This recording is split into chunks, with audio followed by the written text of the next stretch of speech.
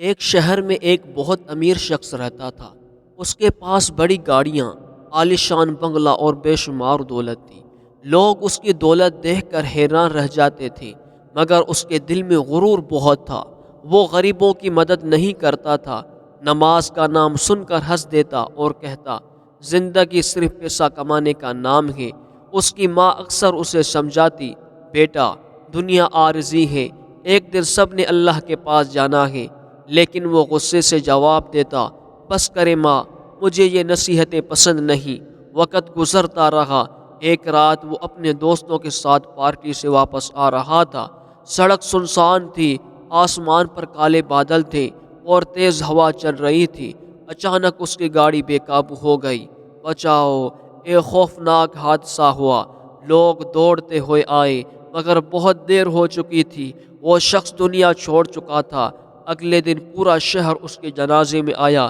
لوگ افسوس کر رہے تھے، لیکن کچھ لوگ آہستہ آہستہ کہہ رہے تھے، کاش اس نے اپنی زندگی بدل لی ہوتی۔ اسے قبر میں اتار دیا گیا۔ سب لوگ واپس چلے گئے۔ قبرستان خاموش ہو گیا، لیکن رات ہوتے ہی عجیب واقعات شروع ہوئے۔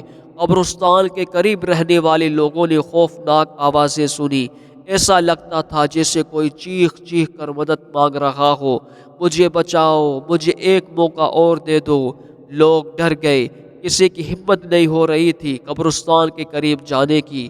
صبح ہوتے ہی پورے شہر میں یہ خبر پھیل گئی۔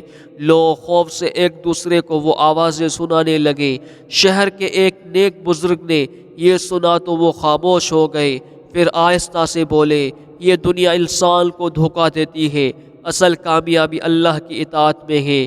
یہ الفاظ سن کر لوگوں کی آنکھوں میں آنسو آ گئے۔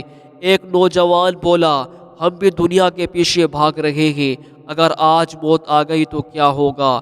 اسی دن کئی لوگوں نے توبہ کی، مسجدیں بھرنے لگی، لوگ نماز کی طرف واپس آنے لگے، اور وہ شخص جو پوری زندگی دولت پر غرور کرتا تھا، اس کی کہانی دوسروں کے لیے عبرت بن گئی۔